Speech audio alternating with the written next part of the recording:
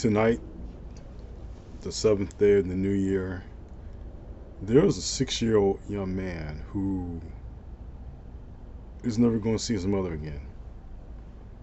He's never going to feel that warmth. He's never going to see that smile. She's gone.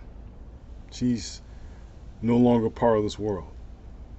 And a husband who will never have the opportunity to spend those quiet moments with her, to laugh, to smile, see their young man grow up, graduate from school, all because we have this government or this regime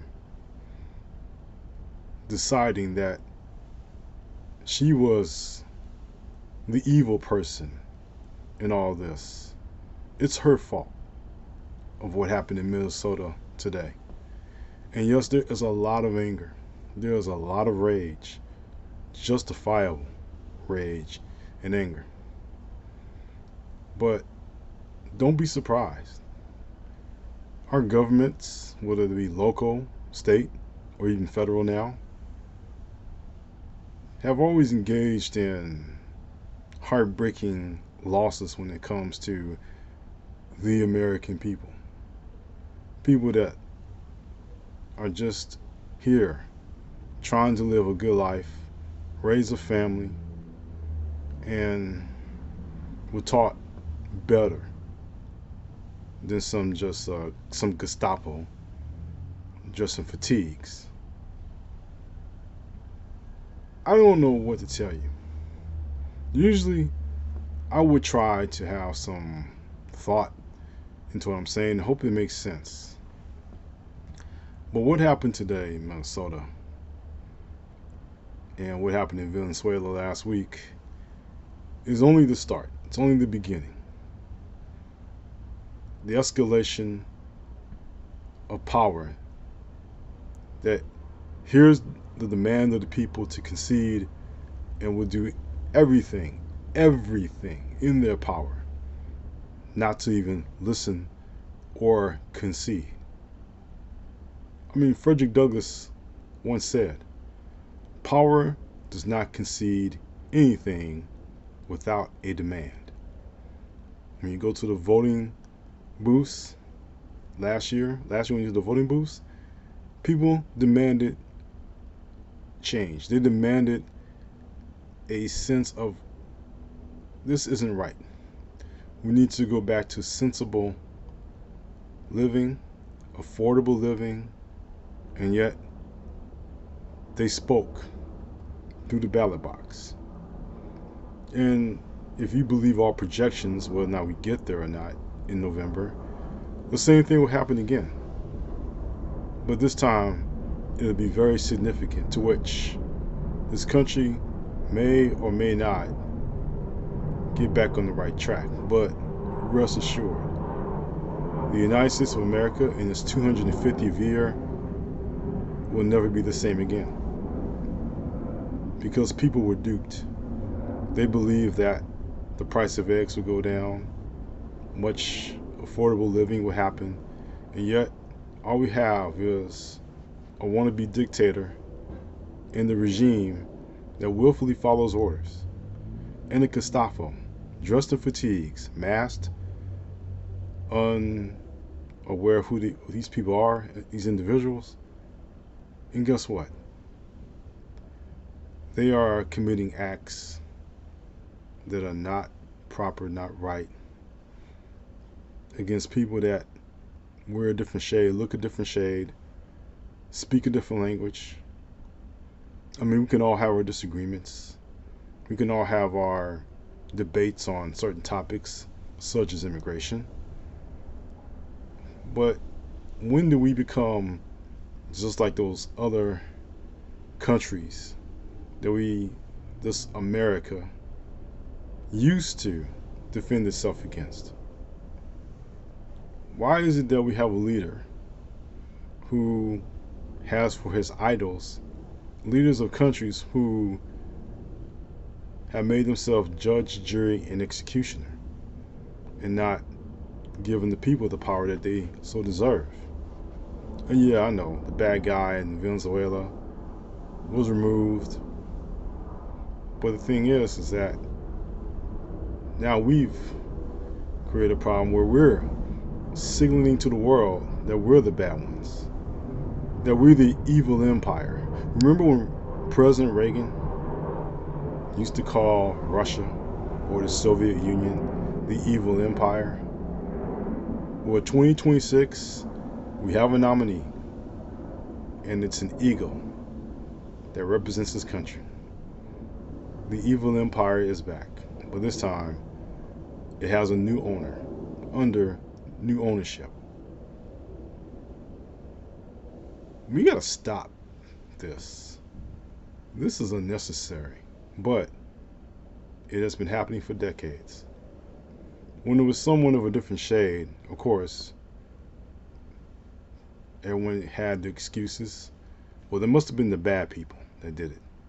They must have been bad, so they must have deserved it. And now that someone who represents this country had a family, raised a child, tried to do the right thing, found that her legacy of being this mother, of being this wife, is now tainted by individuals with nothing to lose. They're all in on their deceit. They're all in on the narrative. And even though videotape has shown the contradictory tale of it all, or the view, these individuals, even as I'm taping this to you, are still insisting it's all her fault. She's the one that caused all this trouble. She got what she deserved. Really? I don't know. I don't know if a simple election in November is going to correct or change things, because then you still have the same individuals who have until January, late January of next year, to do more damage and to inflict more pain. And yes, last year, marches and protests showed the people something's not right. We got to do something. We're better than this. But quite honestly, we're not better than this, because it didn't happen to us. But when it does happen to all of us or the individual, guess what? Now it's a problem.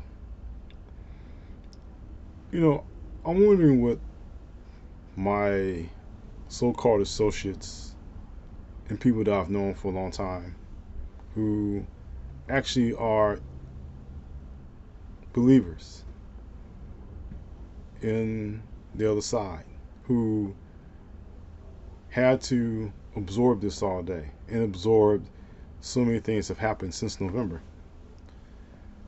I wonder what they were thinking. I wonder if they believe the stories that they're hearing out of our government and other places. The media, selected media, major media. And I just wonder, what if that was their child? What if that was their son, their daughter? Someone close to them. Maybe not under the same circumstance, but what if somehow there was an accident that happened? I am led to believe, and this is my opinion, that they will never get it, because this has never happened to them.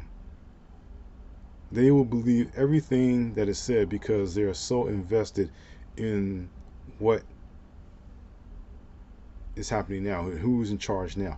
There is so much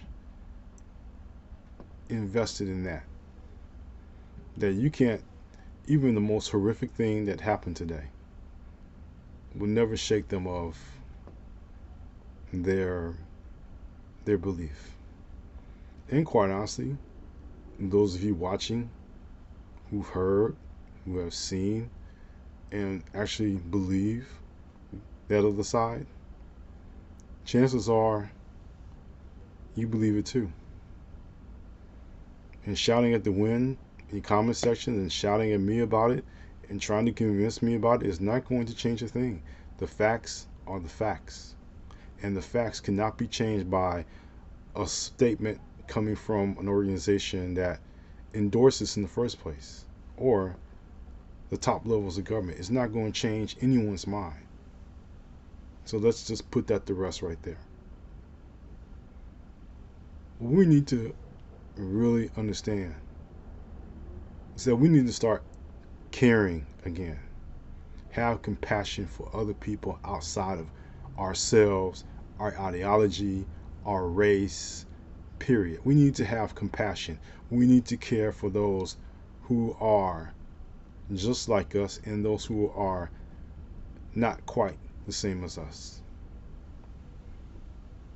Again, I mentioned this in another video essay, but just at the time of the pandemic, I just, in the middle of my recovery from my strokes, posted something on Instagram stating it doesn't matter what race you are or your political ideology, or whether or not we agree on the same things, that you are loved. But as we have seen in those 5-6 years now, we don't care, because it's not us. It's not who we like. It's not about the people that talk tough in front of the cameras and then kind of shy away. That's not who, or those people actually are the ones that we root for, because it's sticking it to the man. They're sticking to the other side. But wait a minute. I thought we as adults were the most intelligent beings on this planet, but I digress.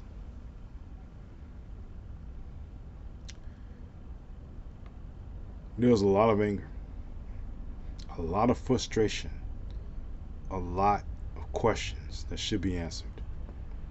But I don't think the people in charge will answer those questions, because the next few days will just be a muddled mess. Finger pointing, accusations. And all of that is not going to bring that young man's mother back. During the most important times of his life, she will not be there. A husband who hoped to grow old with his wife will never have that opportunity. Why? Because, as always, the people in charge contradict what they've always believed. They don't believe in family first. They just believe in themselves, and the hell with the rest. That's what it's all about. And unfortunately, that's where we are right now. We're not headed there. We're there.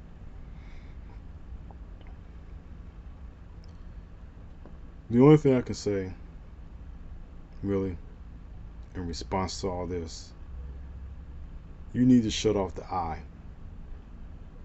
The sports pundits that are straight shooting their beliefs out there, you need to turn them off. Anyone or any celebrity or anybody that you feel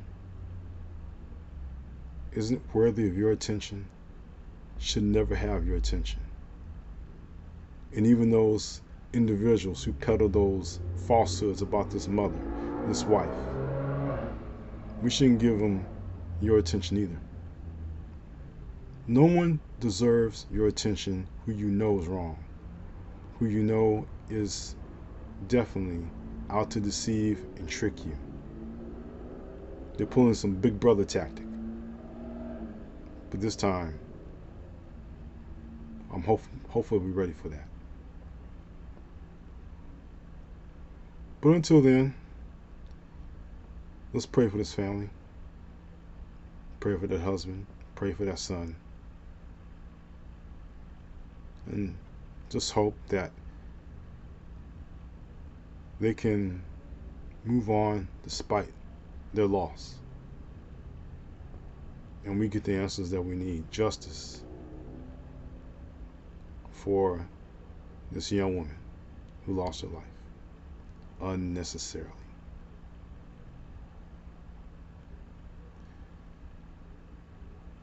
If you like this hard-hitting social commentary, this video essay, and there's one of many here on this channel, don't forget to subscribe.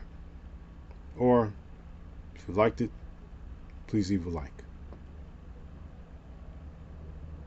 I don't think this was meant to persuade anyone, but just to show you that this country and a few individuals who've seen what happened and are very concerned about where we're headed as a country should be concerned and should be upset and should be angry. And we should not wait until November. Peaceful protests will always prove to be effective. And as I close, I want to wish all of you the best.